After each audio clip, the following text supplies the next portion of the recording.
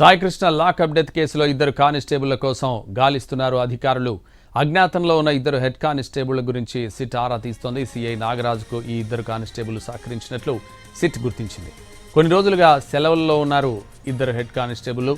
CI నాగరాజుతో పాటు మరికొందరి పాత్ర ఉన్నట్లు సిట్కు తెలిపారు. సాయికృష్ణ తల్లి ఇద్దరు హెడ్ కానిస్టేబుళ్ల ఫోన్ సిగ్నల్స్ ట్రాక్ చేస్తున్నారు సిట్ అధికారులు.